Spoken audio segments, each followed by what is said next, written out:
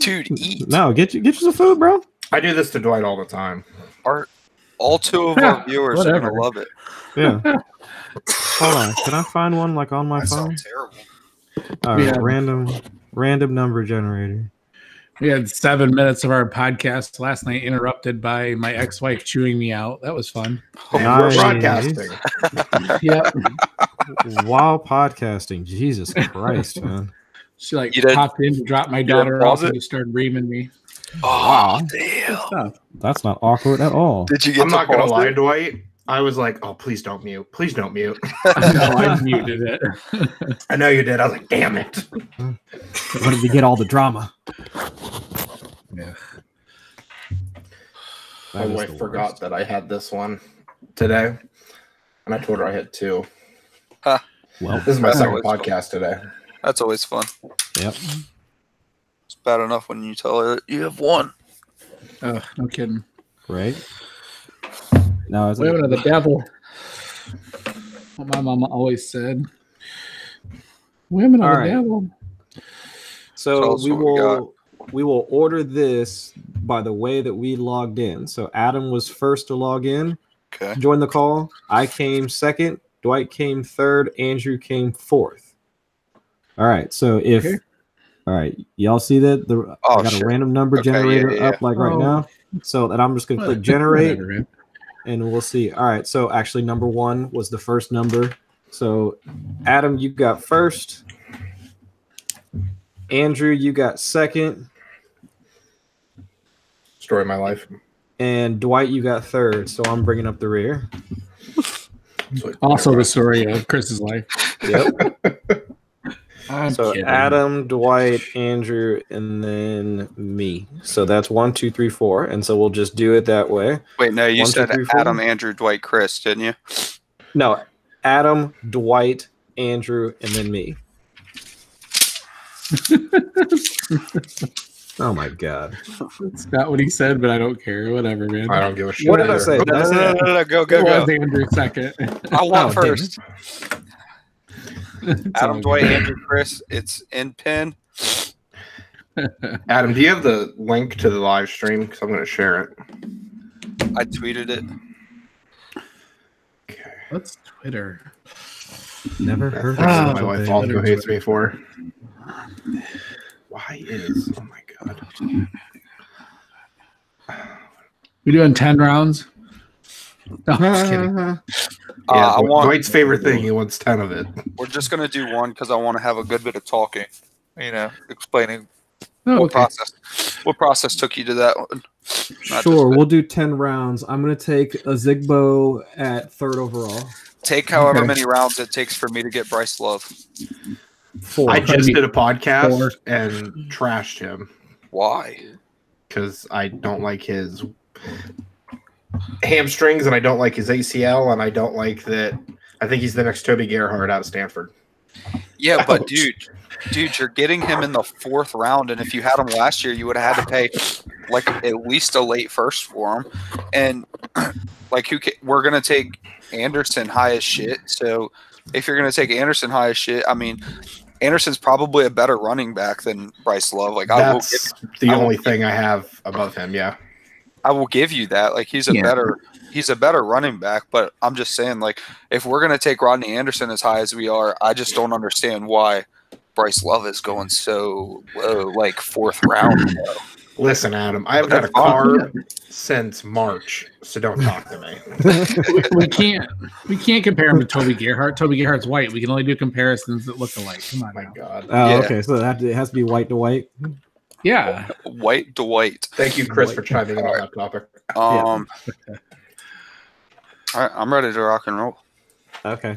We've All got right. So, announcements to do. I'll do this real quick, and then I'll okay. explain like the premise and how we're gonna do, like, since I'm drafting first, how we're gonna do talk about it, like we're gonna incorporate the process, and then we'll rock and roll.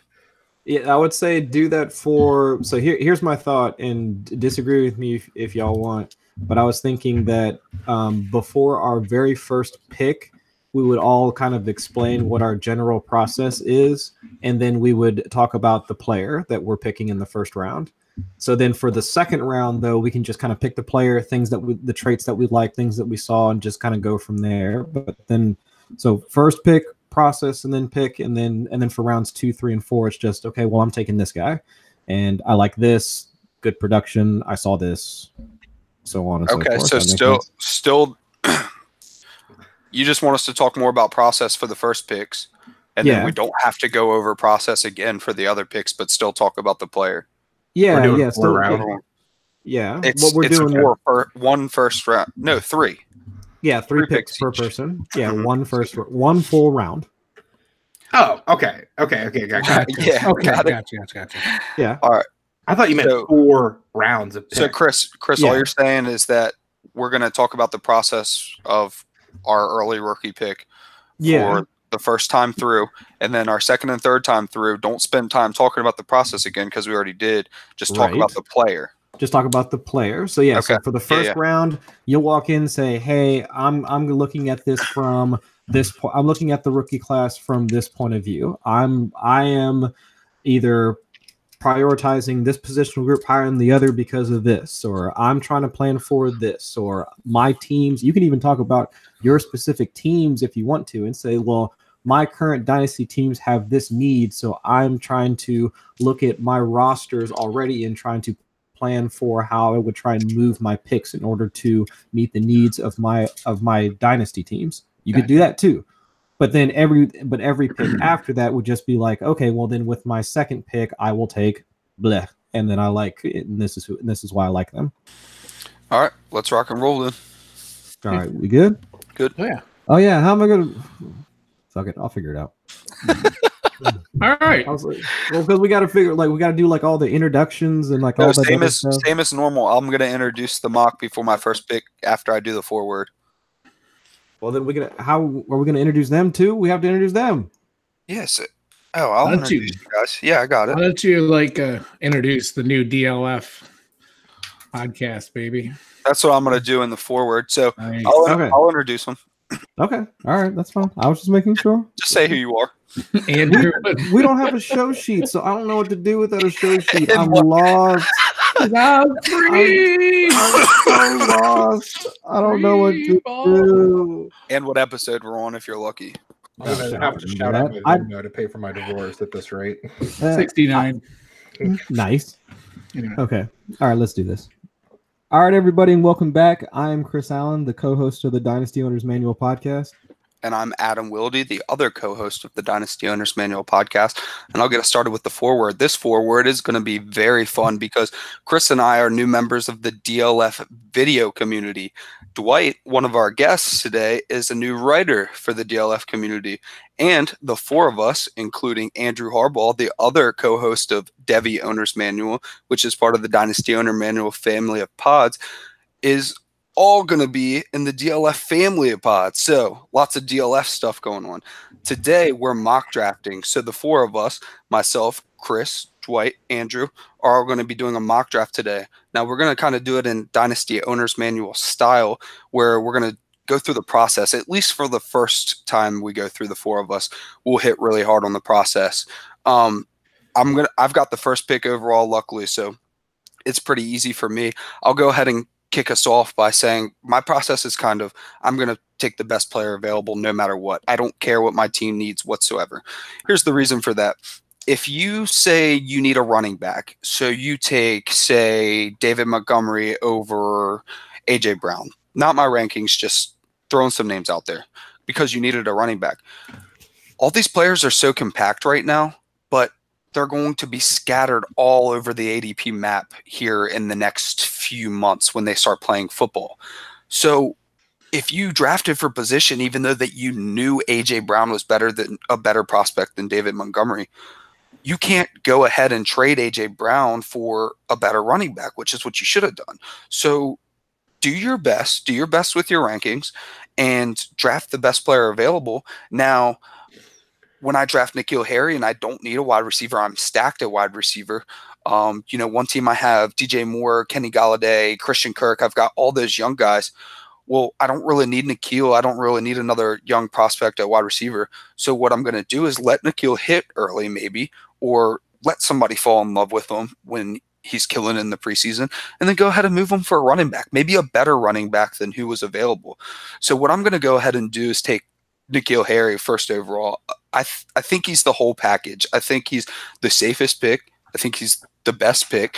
The guy's 6'2", 228, great size. We talked about how amazing DK Metcalf is physically, but really if you look at N'Keal Harry, he's just as impressive. He also put up 27 reps, so DK and N'Keal tied the bench press.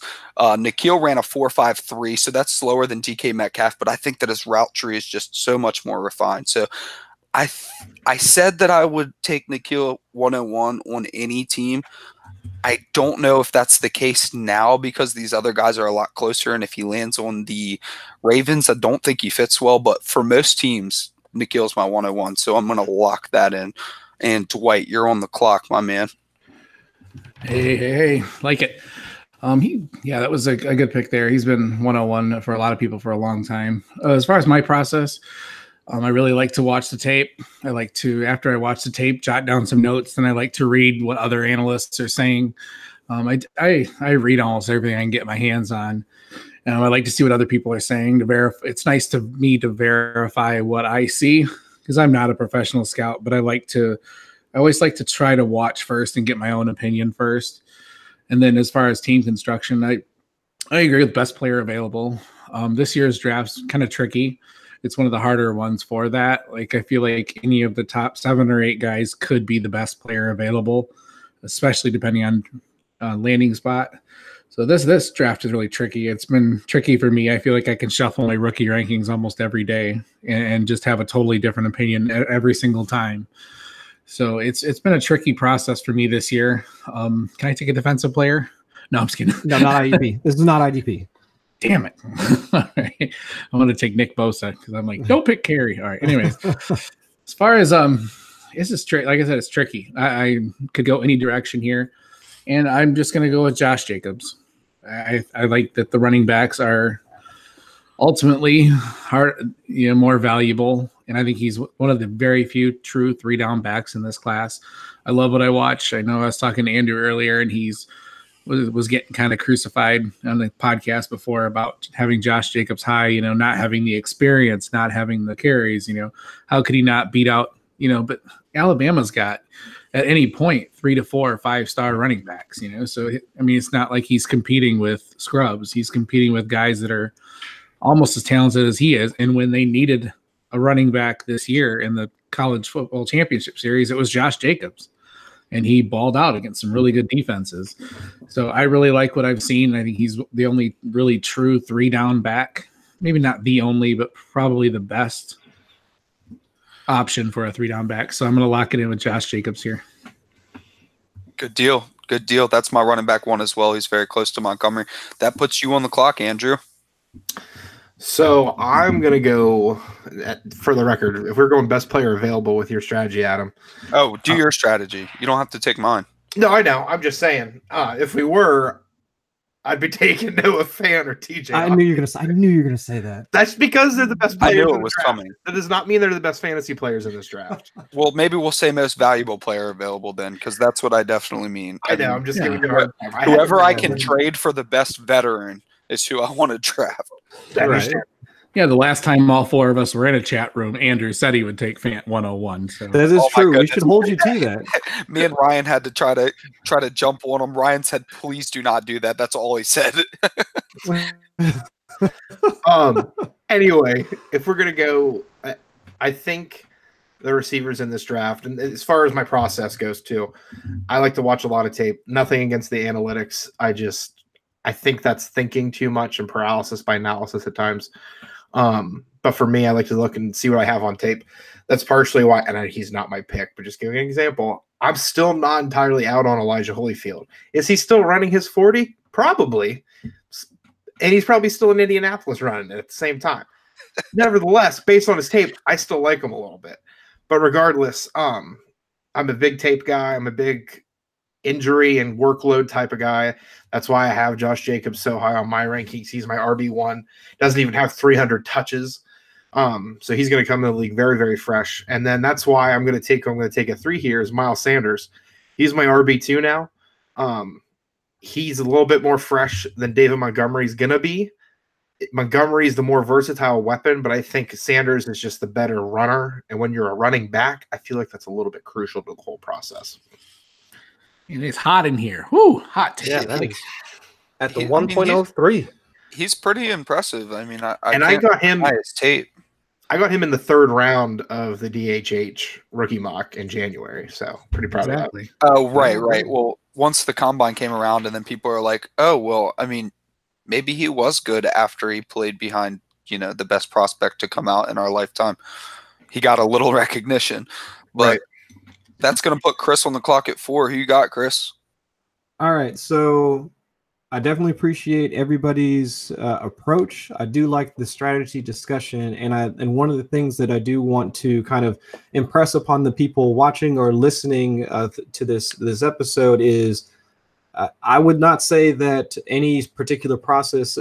Go with what you feel is the most comfortable. I mean, both Andrew and Dwight, like they're playing to their individual strengths. I mean, both of them like going through tape because it allows them to visualize and kind of, and rank the players based off of the traits that you can see on tape, and you can see that and kind of make a determination of the player's value based off of those traits and characteristics that you see.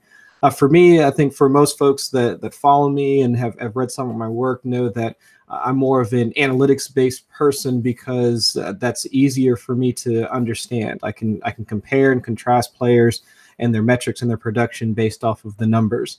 But I do agree with you, Andrew, in that when it comes to performing analysis on college players, there are a ton of adjustments that have to be made because the level of competition is different. The way that the offenses are structured are completely different. The type of quarterback that a receiver is playing with is different. I mean, there's so many different things that you have to adjust for depending on whose analysis that you're following. And unless you're doing it yourself, you can come up with 2 very different conclusions as to how a receiver or how a running back has been able to produce at the collegiate level versus how the analysis that's done at the NFL level. It's very much straightforward. But at least when I look at this particular class, I would say that when it comes to the wide receivers and running backs, and maybe you guys can disagree with me if you want, but I would say that the wide receiver class, it just seems to be much more, I don't know, I'm not going to say it's front loaded, but I would say there are many more receivers that I have to choose from that I could help benefit my team more so than running backs. I would say that over the past few years, like we've been somewhat spoiled when it comes to the running back position. I mean, if you think back to 3 years ago, we had Ezekiel Elliott. 2 years ago, we had Leonard Fournette. And then last year, just this past year, we had Saquon Barkley. So we've had these elite talents that have come into the league. And it's just like, oh, yeah, the running backs, I mean, they're back. I mean, but this class, we don't have that quote unquote generational talent for everybody to make that stamp and say that's definitely the 101 without a question. So now I've been focusing more on wide receivers, and I'm trying to look at, for me personally, I would want to see a wide receiver that is more versatile. While I am definitely I'm definitely all in on, I want to see what DK Metcalf can do. But all of those red flags that came with the agility drills, if anything, his agent should have told him to just skip those drills. Like, he should not have done those. Like, after the 40-yard dash, he should have just been like, okay, I'm out. Like, I'll see you guys in Nashville. That's what should have happened. But regardless of that, for me, since N'Keal Harry is already off the board, I'm going to go with Hakeem Butler at the 1.04. I think that from his skill and what he's been able to put down on tape when he was at Iowa State, and his size, his speed, I do think that his athleticism allows him to play multiple positions across the field. He's not just a perimeter guy. I could see him playing in the slot. I can see him doing a lot of things for a team such that I could almost see him being, I mean, again, I would say that the Ravens would probably be one of the worst fantasy teams for a wide receiver to land on in their first year because there's so much chaos, I guess, going on in that particular offense. But I do think that he could produce almost in any system or any offense that he would be able to land on. So that's where, at least for me, from what Butler's been able to put down on tape and what he's shown throughout this entire draft process, he would be for me, it's close, I would still put N'Keal Harry as my number 1 wide receiver, but I would have Butler like right behind him at number 2. Yeah, it's almost like we talk to each other, Chris. My wide receiver rankings are night and day from when we started, but it's basically just been DK dropping, which we'll get to DK. I mean, obviously he's a first rounder, but it's been just DK dropping because I've been loving the versatility of these guys. So you saw my reaction when you took Hakeem Butler. Yeah. I wanted to take him so bad, but that's a great pick, and I was slow to come around on him. First snipe of the draft. I actually considered him at 2. I do like him a lot. I know there's hands issues, but I mean, I would take 2 drop passes a day for. I mean, Mike Evans drops passes. Amari Cooper drops passes. You know, right? It doesn't bother me that much. He makes 5 catches a game that are just, you know, like amazing, awesome catches. And he's so big and just I mean, he creates such a mismatch on the outside. So I do wonder though, and I guess you guys might need to remind me, but he's just so tall. And you know, it always sounds great. I mean, the narrative is easy to connect, like, oh, he's a big, tall wide receiver, so that makes him a great red zone threat, because that's what they said about Brandon Marshall and a bunch of other like big, tall wide receivers. But have we really seen a wide receiver of his size that's been able to succeed like that in the NFL, like either from the gate or like over an extended period of time? Like, I just can't think of a wide receiver that's been that tall that has been able to do that. It's the way he succeeds is that tall, because we've seen people that tall. I mean, I think AJ Green is 6'5", isn't he? Is he 6'5"? We might have to look. He might be 6'3", but either way, we have tall receivers. But the thing is, like, so I watched Matt Waldman's Boiler Room on Hakeem Butler the other day, and I mean, if you just looked at Hakeem Butler from the waist down on some of his routes, you would think it's Stephon Diggs running these routes. But the dude's 6'5", you know? It's just so impressive to watch this guy run routes at 6'5", because he should not be able to get in and out. I mean, give DK a break on some of his routes. I mean, he is huge, and I will give him a break on some of his routes. I won't draft him as high because I don't think he can run those routes. But then you have somebody else who's obviously not as thick as DK Metcalf and Hakeem Butler, who's massive, and he's making these routes, you know, look like it's Jamison Crowder out there running them. It's just very impressive to watch. He would have been my second pick overall, but it makes my pick very easily. I'll take AJ Brown here. We've talked a lot about AJ Brown. It looks like he's getting a lot of buzz around the NFL too. I thought that it was going to be the DK show, and it looks like NFL teams are giving AJ Brown the attention that we thought DK would be getting right now, and I love it. I think that's correct. AJ Brown's smaller, obviously 6 foot, but good frame at 226. He ran a pretty good 40, if I recall. I'll go ahead and pull that up right now. But we talked about him landing with the Seahawks. The reason we talked about him landing with the Seahawks is because the guy is so versatile, and his stop and go is what really stands out to me on film. So when you have a guy like Russell Wilson that can extend the plays, I think AJ Brown is just going to be walk in day one, wide receiver 1 on a team, and absolutely make things happen. His 40 was 4.49, so plenty good for his weight. I think that's a pretty much a slam dunk pick at 5 for me. So that's going to put Dwight on the clock. Now, real quick on the AJ Brown pick, do you guys have any concerns about his? I guess from a collegiate standpoint, wasn't he like I wouldn't say majority, but I would say his focus was mostly in the slot, wasn't it? I thought he was heavy into the slot. So is there any concern about his skills translating from the interior to the outside? He moved around pretty well. I mean, you guys can attest better from the Devy perspective, but he moved around pretty well. He just didn't get much work on the left side because DK was pretty much 100%, but I'm pretty sure he played a good bit on the right outside, right, guys? Yeah, when he would go outside, he would be opposite DK. No, I think too, we've seen like with slot receivers, they can make a good fantasy career out of it. Look at Jarvis Landry. This year in Cleveland, they explored with him a little bit on the outside, but I mean, I think this year with Odell coming in, I think we might see him going back more in the slot a little bit and go back to his natural spot there. Not saying he can't go outside either, but I think AJ Brown's the same way.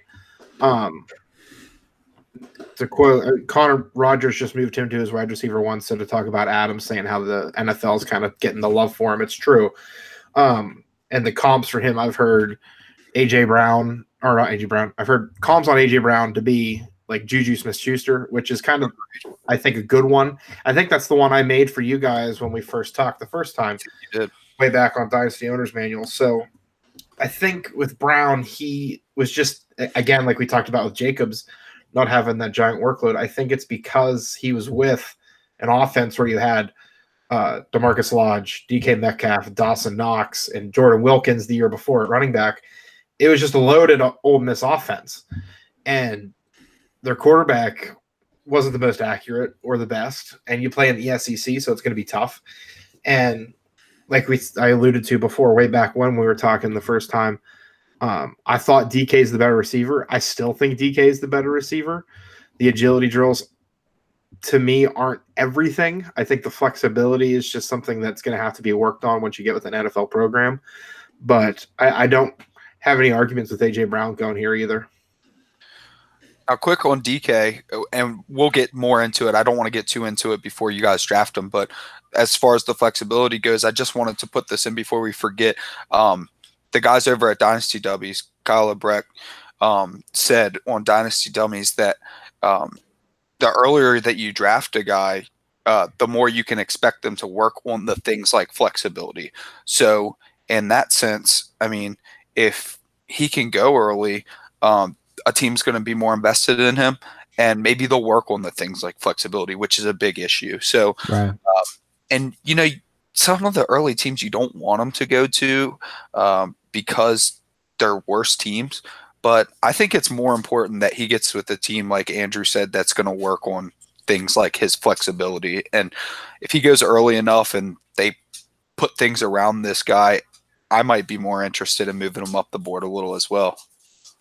Yeah, I've joked with Dwight. I said if I drafted him, I'm throwing him in hot yoga 5 days a week, doing whatever I can to set him up. That's the mental image that is like burned into my mind now. That's what you want to see, Chris? That's what I'm here for. That is wow. At least he didn't say goat yoga. That's the new thing I heard. As long as it's yoga. It's hot yoga. All right, who's picking now? That means me at 6, and I'm gonna let Andrew have his pick of his boys. I know he's got a couple coming up here.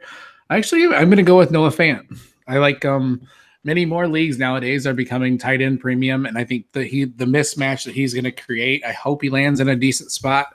There's some teams that could take him that scare me a little bit, but there's some that he could go to that I would absolutely love. I think he's just his raw metrics, his athletic ability. He got overshadowed a little bit this year by TJ Hawkinson, but I think he's more of a mismatch and will be more of a receiving threat.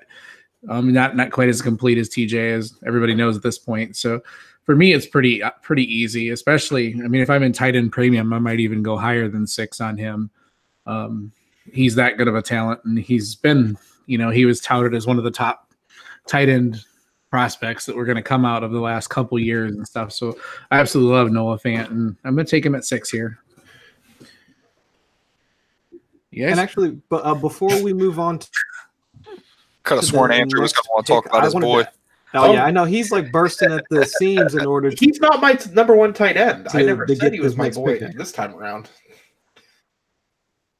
But just a quick question to everybody, and I'm pretty sure this is probably a quick and easy question. So, of course, we're assuming that this is a standard PPR type of league that we would be drafting. We would be drafting these players onto our teams for. If this was super flex, it'd be Kyler Murray number one, right? Well, I have the number one. I have an interesting situation that will be fun to talk about on a future show. But J Mike's got the 102 in a league, so it's iffy. But it's going to be between Kyler and Nikhil, and we've had back and forth. So no, that's fair. That's fair. I just wanted to clarify that for the folks listening. But Andrew, go ahead. Tell us about Noah Fant. Oh man, Dwight hit it on the head. My pick next wasn't going to be Noah Fant even if he was there, but no, Noah Fant. Watching him, he's he's the receiver to what Hawkinson is as a blocker. Mm-hmm. Fant is the fancy coach purse, whereas TJ Hawkinson is Indiana Jones's Satchel. satchel. Yes. So I almost said sack, but I just knew that was going to be bad.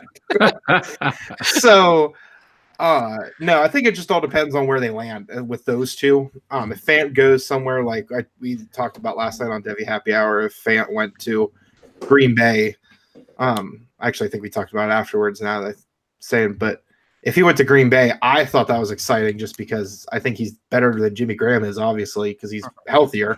Right. But Dwight didn't like that idea. So it's really going to be about fit for him, Mm-hmm. whereas Fant can go anywhere in the first round. He's going to be the biggest hybrid pick, I think, when rookie drafts come around. And it's just going to be because of the landing spot. Mm-hmm. Fant strikes me as a guy that can go to any team and get a role in the offense. So I really just hope for a good offense. I don't know that I worry as much if he is covered by a veteran because, tight ends take a while to develop anyways. When you draft a tight end, especially these first round guys, they still take time to develop. I mean, last year we got nothing from Gesicki, and we might not for another 2 years, and then he might be great because he's a great athlete. So I don't know that I really worry that much. I mean, Dallas Goedert got a great fantasy production out of his rookie season, and we thought he was good last year. You know what I mean? So it just depends. I don't think it matters too much if he is behind, say, a Jimmy Graham. I just want him on an offense that heavily uses the tight end, and then I'll be excited and maybe move him up. What's his blocking skills at? I mean, is he known for being a good blocker, or is he more of a move tight end? No, he's not the best blocker. The move. He's better than I think some give him credit for, but he's definitely not a very good blocking tight end. Mm-hmm. See, I don't think he's going to have that 3-year curve because he's not going to be used like that. He's not going to be asked to learn blocking schemes and things like that. He's going to take that Evan Ingram role right off the bat. I see. He's going to be a receiver. Mm-hmm. Yeah, they could throw. There was times at Iowa where they would have Hawkinson at tight end, and they'd have Fant out in the slot. Exactly. Wow. Okay. He can play all over, but he's also not a wet paper towel. So. Yeah. No, I was thinking that maybe best case scenario, since they also need offensive line help and could use some work in the interior, would be like the Texans. But if you're telling me he's not all that great of a blocker, then that's probably not going to be all that. And that's what Dwight said last night. So. Yeah. Dwight said that last night when I said Fant to go to Houston for Fitz in the NFC South. So yeah, I can see that. Mm-hmm. But okay. All right, so that puts you on the clock, Andrew. Who you got? I'm going to take my wide receiver 1, Kelvin Harmon. I think he's the best route runner out of every one of them. He doesn't have that on anything as far as the speed, and he doesn't have to make the crazy catches that N'Keal Harry does. He doesn't do a whole lot on special teams, but he just wins his routes and he gets open. So, I mean, you talked about it earlier, Adam, with Stephon Diggs. I mean, he's made a pretty decent career out of just getting open. And I wouldn't say Stephon Diggs is a burner or anything over the top like that. So, yeah, I would go Kelvin Harmon here just because I think, especially at this spot here, I think that's a pretty good value. I thought about him with my first pick, but I figured with us, he'd be there later. So he's definitely somebody you could get at middle to end of round 1 that you could get some pretty decent production with depending on where he goes. I think it's fair. Yeah, I don't mind that at all. So I've been waiting to kind of put this out there, but Kelvin Harmon to me is what Kerryon Johnson was to me last year. Last year, what I did with Kerryon Johnson is I dabbled in film review, like did a serious analysis on Kerryon Johnson. I've always watched film, but last year is when I kind of really got into writing, and I said, I'm going to actually take this seriously and try to do a real analysis, and I did it on Kerryon Johnson. And what I found with Kerryon Johnson is that he wasn't special at anything, but he did everything well. And I thought he would succeed in the NFL, which I think that he has to an extent so far, because he's just going to do everything you need to do. And what we find sometimes is that guys in the NFL are trying to do too much, especially at the running back position. So I really valued that Kerryon Johnson was the guy that was going to get you 4 yards almost no matter what. And I think that Kelvin Harmon is the wide receiver equivalent to that. I really appreciate Kelvin Harmon in that he's very fundamentally sound. He's not flashy, like Andrew said. He doesn't have really the really great catches on film. He's not really he's pretty physical, but he doesn't really have the highlight throwing people around either that I saw. Right. But he's just very fundamentally sound. I think that he's my wide receiver 4, sometimes wide receiver 5. We'll see after the draft, but he's a guy that I'm going to feel very comfortable with. So I really like that pick for you, Andrew. Mm-hmm. Thanks. And that's going to put you on the clock, Chris. All right. So where are we at right now? So we're at the 8th overall pick. Yep. Right now. All right. So I'm going to do it. I'm going to take the big, tall, fast guy. I'm going to take DK Metcalf. The big, tall, fast guy. That's what he does. That's what he is. Yeah. And I think, and honestly, and I know I said this earlier, that if he had not done the agility drills, he'd be probably like much higher up on people's boards, because I think what were the comps that were immediately thrown out after his 40 time? What was everyone talking about? Calvin Johnson. After the 40, not the shuttle. Like Tom Brady ran Not the shuttle. I Yeah. going for the shuttle comps because those are hilarious. Oh yeah. Oh, those were really bad. Yeah, those were terrible. But I know after the 40 time, yeah, people were trying to put him up there with some of the best. People were throwing out CJ. People were throwing out Julio. But then after the agility, that talk went away like so quickly. Yeah. But I still think that there's enough there right now to consider him for a high pick. For at the very least, I would still consider him to be a first rounder, because I think that his ability to separate using that athleticism is something that I think any team would want to try and build off of at this point in time. I don't think that. I don't think in year one we can expect him to be as versatile as any of the receivers that we discussed previously. I just don't see that being in his route tree or being in his toolkit. But moving forward, if he's able to kind of learn how to bend a little bit and really try and use some of that athleticism to his benefit, I mean, we could really see some of the highs that we'd expected for players like peak Des Bryant, something like that, where they can really just use that big body in order to win. Now, the problem with that is, though, with players that aren't able to utilize the full route tree, their careers in the NFL run like alarmingly short, because they don't have that skill or that ability to separate or that nuance when it comes to route running that allows them to really stay on in the league, far past their 30s. I mean, everybody saw that the Des Bryant, Demaryius Thomas, I mean, some of those guys started to fall off, and it was fairly clear that those guys just didn't have it anymore. They just couldn't use their bodies or their actual athleticism in order to win. But players like Antonio Brown, who has all of that capability, they're still able to operate on the field at a high level at age 30 plus. So while Metcalf, I think, should be able to be somebody that can produce on the field almost immediately, and I think for his case, it's going to have to be landing spot dependent, right? Because if his biggest, asset is his athleticism and his deep speed, he's going to need to be paired with a quarterback that can hit that type of throw. So, I mean, worst case scenario, where does he wind up at? Again, worst case scenario, he winds up with the Ravens, and Lamar Jackson's not too bad of a deep ball passer. Yeah. That could work out. I mean, it's not the best. Yeah. So, so there are positives. Or I guess maybe even the worst case scenario would be like the Bills draft him, and I guess Josh Allen has a deep target to throw to, another one, along with John Brown, and yeah. So, there are, I guess, paths to seeing DK, produce in year one. But I do think that some of the negatives that has been shown so far throughout the process are things that he can kind of work on and mold into positives as his career goes on. So he'd be my second pick, or the 8th overall. I admit, I really, really now want to see him in the XFL with a jersey that says "Big, Tall, Fast Guy" on the back. Yeah, that would be cool. You hate me.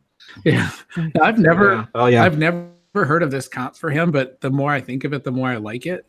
he has a similarity of his game to Josh Gordon, because Josh Gordon could not run a route for his life depended on it. That year that he got 1,400 yards and what was it, 1,600 yards and 10 touchdowns, and the guy could not run a route if his life depended on it. That was essentially that's essentially what New England asked him to do. He wasn't running complex routes for New England when he was there. Right. They just said, like, here, you're a big dude, just go. He was very physical in his stint in New England too. I look at it there, and DK is going to have to do that too. And people get mad at us, the people who say that DK isn't the wide receiver one, as if I'm saying he's bad. I don't think that he can do more than what he does, but I think that's okay.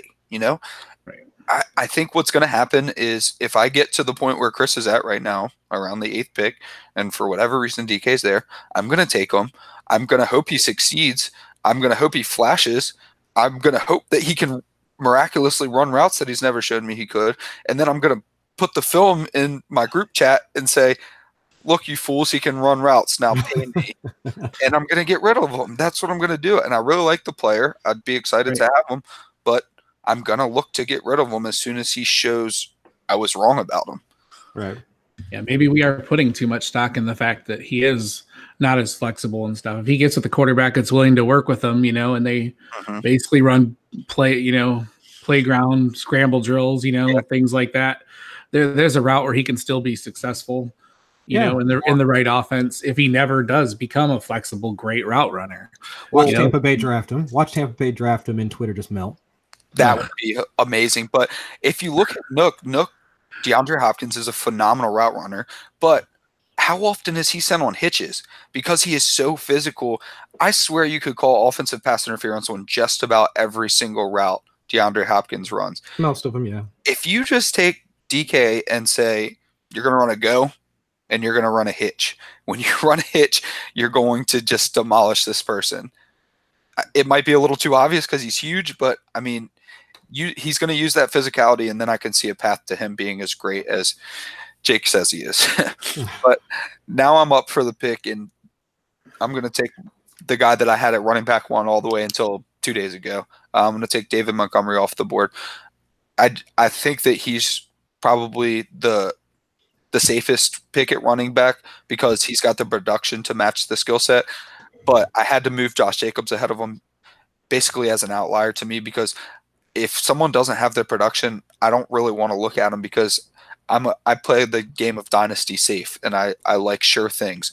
And it's really tough to take a guy who wasn't even the leader in touches on his offense and say he's the running back 1. But when you look at Josh Jacobs' film, it's very, very impressive in a class that is not that impressive. So Josh Jacobs has become my running back 1, but I would feel so comfortable with David Montgomery at the 9th pick overall. Last year, he had 1,216 yards rushing, 13 rushing touchdowns, and he got over that 20-catch threshold, only 22. But the year before that, he had 36 receptions, 11 rushing touchdowns, 1,147 yards. Very, very solid running back, great size, very similar to Josh Jacobs. I actually thought Josh Jacobs was a bit bigger, but David Montgomery's 5'10", 222, and Josh Jacobs 5'10", 220. So very similar, and they both didn't really exceed in the 40. So, if you have to take Josh Jacobs at 2 and, David Montgomery at 9, I'm happy getting David Montgomery at 9 and, missing out on Josh Jacobs at 2. I don't hate it.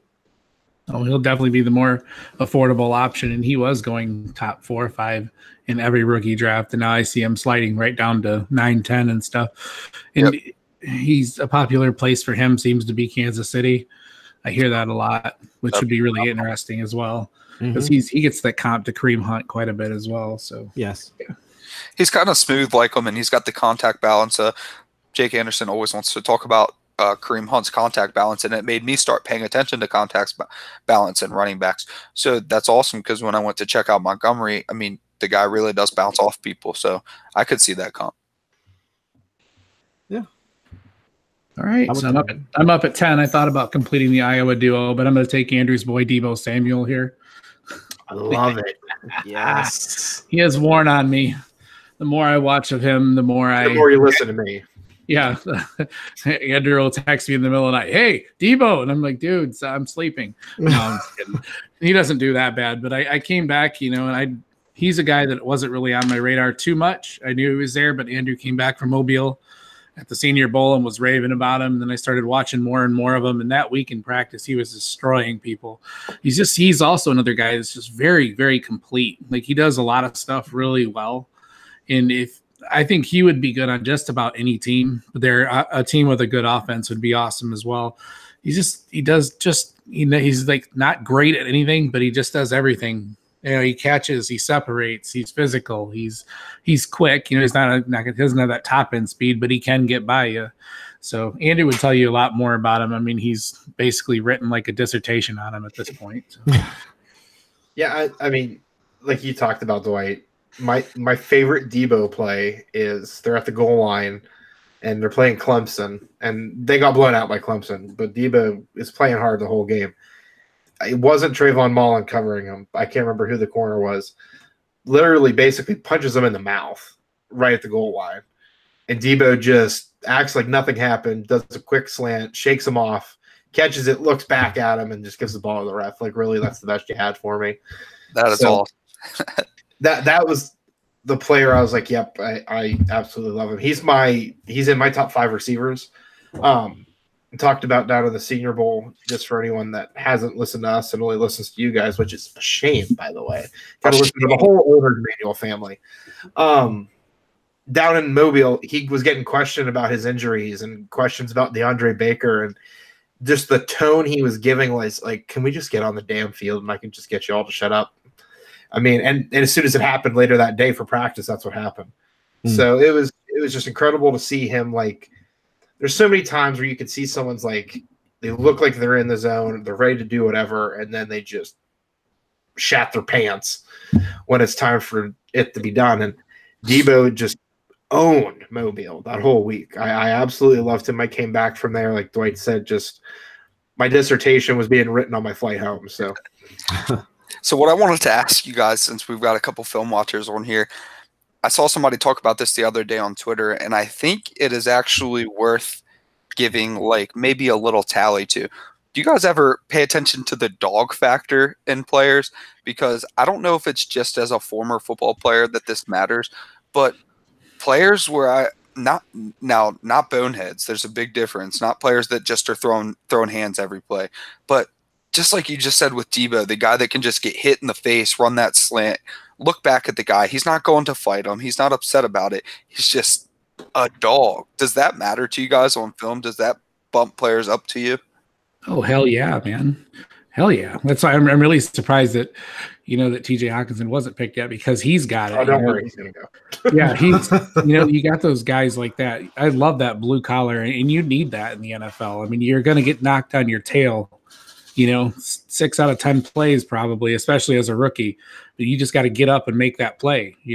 Get up, make the next play. You definitely got to have some dog in you, man.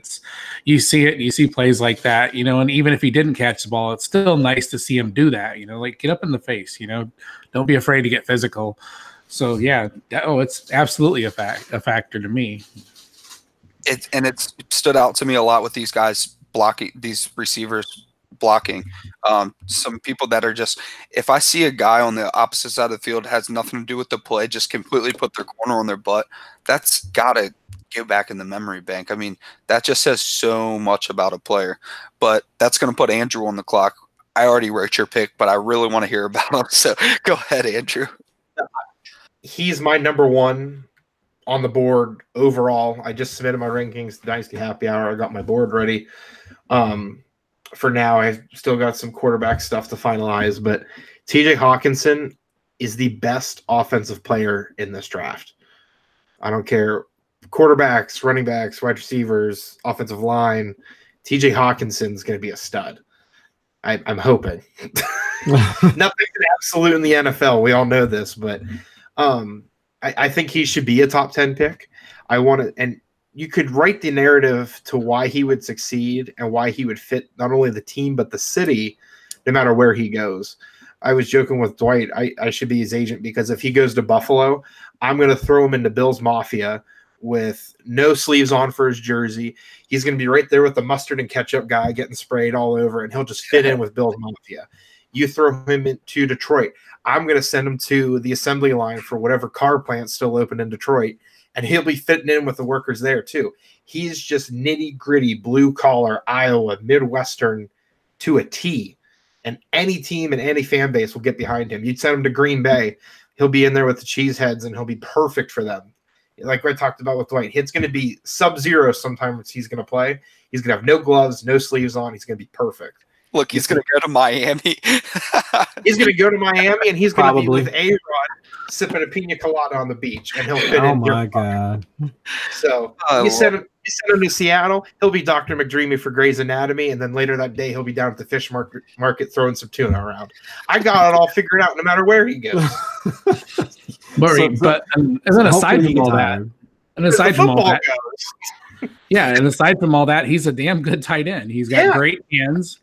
He's a great blocker. He creates separation. He's really good at route running. I mean, I seen him line up in the backfield. You know, he's just very versatile. He's so much fun to watch, man. So much fun. He won the Mackey Award this year over Noah Fant. So not only do I think he's the better tight end, but people that vote on that award obviously think he's the better tight end. And the biggest thing with that is his blocking. His blocking is going to keep him on the field for all 3 downs. And like I talked about with Buffalo, I think he'd be perfect there because they need that offensive line help. And I think if he somehow falls to somewhere like Houston, you talked about, Chris, somewhere where they can get that extra blocking, he would fit in with that. Mm-hmm. Yeah. And because he's going to be on the field for all 3 downs, that's something that receivers won't necessarily be their rookie years or even their first couple years. That's why he has a leg up, I think, for a lot of people, at least for me, on a lot of people, is because he's going to get that field time and he's going to get written into plays, whether it's him leading a block and then he's just going to extend the drive. That's going to give him more chances to be involved, or he's going to be that red zone target, or he's just going to be a guy across the middle that's going to get you a first down whenever you need it. I mean, he's going to be able to fit into whatever a team and an offense needs. And that's very important that you put that out there, Andrew, because there's a lot of dispute between what you want in a tight end. We talked about Fant earlier, and Dwight made the kind of, not the comp to Evan Ingram, but the situation to Evan Ingram, and you want that receiving tight end, and you can put Evan Ingram out wide. You know, you can do a lot with Evan Ingram. It's very valuable. But on the other hand, when you go 3 tight end, Evan Ingram might not be one of those tight ends. I mean, he's probably a worse blocker than Fant, I would say. So you lose downs in that sense. So then there's the other side of the argument. Well, you got TJ Hawkinson that's never going to leave the field. Sure, he might be down and dirty blocking every play or some of the plays, but so is Gronk, you know? So I tend to lean opportunity overall, and the most opportunity is the guy that's always on the field.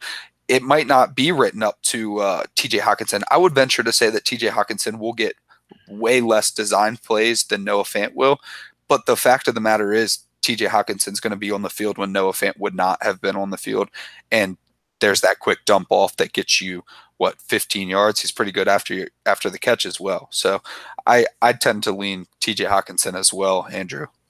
Yeah, and you talked about it with Gronk. I mean, Gronk made a Hall of Fame career out of just living in the middle and blocking when he needs to. Look at the Super Bowl this year. He played he was an extended tackle the whole game until Brady needed a big play. It was like those 3 or 4 plays that really changed the entire game. He won that game for them with that giant catch there at the end. So no, I love Hawkinson. I think tight ends, we have to be realistic with value. They aren't going to go on the top unless it's a tight end premium, obviously. But I think second half of the first round, getting someone like Hawkinson or Fant, I think phenomenal value.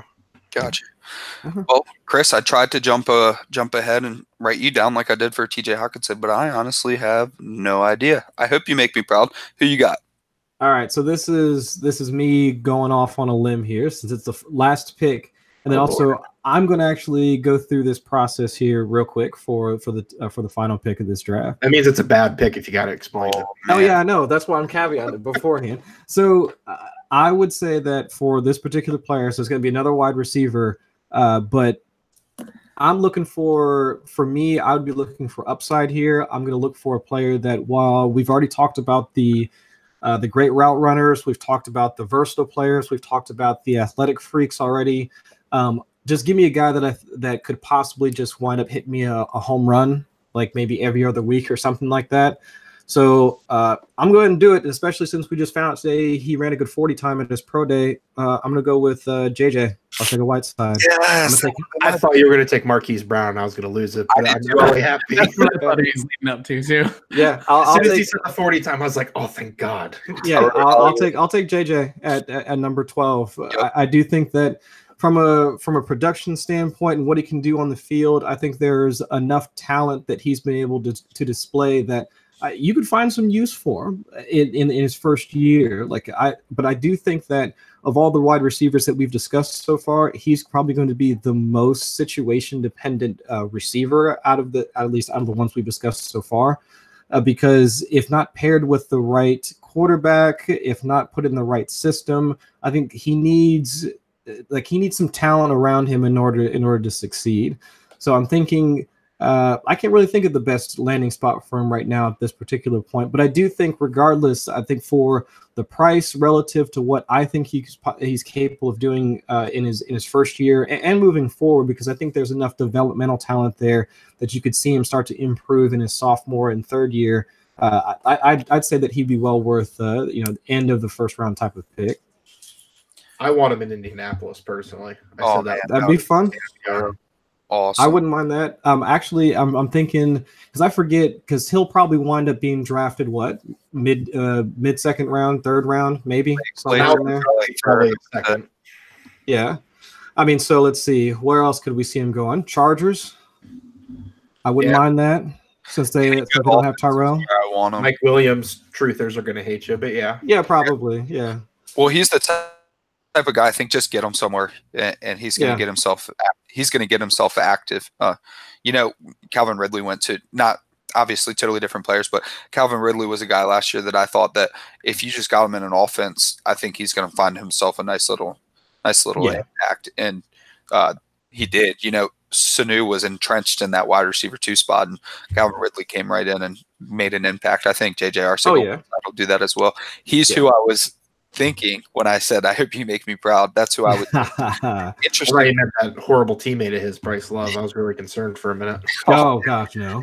So absolutely not. Somebody tweeted today that I thought interesting. I wish I remembered who it was, but they said I was really thinking hard about taking J.J. Arcega-Whiteside at 109, and they ended up taking someone else. I forget who, and they said it worked out because they got him at 209. Oh yeah, that works out. Oh yeah. Now. Yeah. That was before the 40 time, probably. 40, sure. Yeah, with the 40, his price jumps. Now we'll go back up, but let's just hope that there's still residual left over, because if he were right there with the rest of these guys the whole time, I'd probably be talking about him up near Harmon, probably over DK. So, hopefully the residual keeps him down and we can get him at those, late first rounds. But that's going to be it. Let me recap it real quick, and then we'll get us out of here. I went N'Keal first overall. Dwight went Josh Jacobs second overall. Andrew got Miles Sanders third overall. Chris is Hakeem Butler fourth overall. Me again, I took A.J. Brown fifth. Dwight took Noah Fant sixth. Andrew took Kelvin Harmon seventh. Chris took DK Metcalf eighth. I went with David Montgomery with my last pick at 9. Dwight at 10 took Deebo Samuel. Andrew at 11 took TJ Hawkinson. And then Chris finished us off with J.J. Arcega-Whiteside. So that's going to conclude our show. I appreciate everybody. Quick question, though, for everybody that's on here. Just real quick, if there is name one player that you would maybe add to this first round list that maybe you didn't hear mentioned, but you thought you might want to see in the first round. Doesn't matter about value, but just give me a player. We'll just go in order of draft. So I would say Paris Campbell is somebody who I would have discussed adding to the first round. All right, Dwight, who you got that we're not talking about should be in the first round? I wasn't ready for that. Hold on. I'm like, I had to pull up my list again. I know. I just pulled out my list, and I'm like, Daniel Jones. No, I'm just kidding. Oh goodness, Drew Lock. No. God dang it. Yeah, edit this out. Oh, take your time, dude. Yeah. I don't know, like Yeah, we don't have any marriages relying on this podcast length or anything. So yeah, take your time, Dwight. Shut up, Little Jordan Humphrey. Oh God, man. somebody said Little Jordan Humphrey was an extended tight end, and I about Damian died. Harris didn't go. Damian Harris and Henderson didn't go. Yeah, that's what I was about to say. That I think another one that could possibly is Darrell Henderson, depending on landing spot. Yeah, I like a lot of what I see of him on tape. I like to see him at a really good spot. So that's another name that could creep up in there. That's Andrew next. For me, Devin Singletary out of Florida Atlantic. Didn't have the flashy numbers he did a year ago, but I still think he's a very solid running back, and he's going to contribute at the next level. Yeah. So are you thinking that the NFL is going to value him more than we are right now, and you think he might go earlier than we anticipate? I think he's going to go to a very nice spot, Mm-hmm. and that can jump him up to the first round. Because Obviously, if he goes somewhere like Philadelphia and he's going to be splitting the workload with Jordan Howard, then that affects his value. But with the right spot, Singletary should be deserving of a first-round pick. Gotcha. And Chris, you're going to finish us off? I'm just going to throw out Marquise Brown. I want to find out. I need to watch a little bit more about him. I don't really think that he's just a player that I want to learn more about, because I think that his route running ability is just, it's really good. I think he's solid, but I think with just his, his injuries and whatnot, I think that's probably going to, I think that's going to be a huge concern. So I don't think that he's going to wind up being drafted in the first round, but he's just somebody that I'm keeping in the back of my mind, and I need to look into a bit more. My Chris, concern with you're in Cincinnati, Chris. You know John Ross. Come on now. Yeah, I know. I should know better. My thing with Marquise Brown is he weighs as much as my right thigh does. Yeah. But not until I'm done with the hibernation challenge. Boom. And now that'll conclude our show.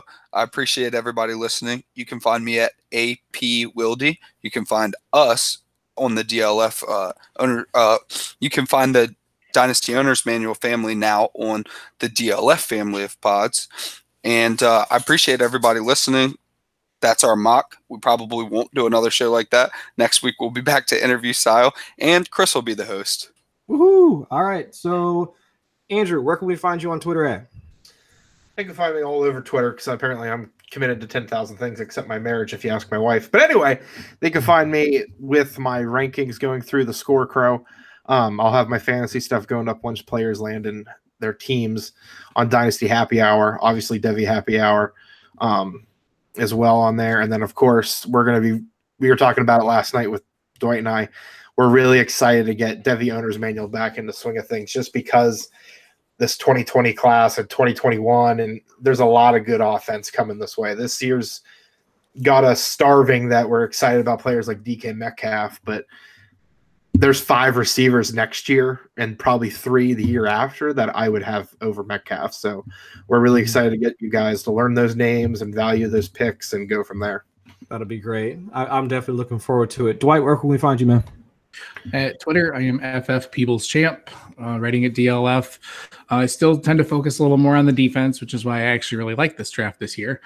Like, if we could do a defensive draft, I would be so happy. But anyways, I am just writing on DLF. I still have rankings up at DHH. I don't know if I can continue doing that yet, but we'll figure that out. I'm just happy to be part of the community, man. Awesome. And of course, you can find me on Twitter at Chris Allen FFWX. DLF, here we come. Owner's Manual family is now infiltrated the DLF community, and we're here to stay. So look for more content from us, from Devy. Best Ball Owner's Manual also on the way. So thank you everybody for coming in, and we'll catch you guys next week.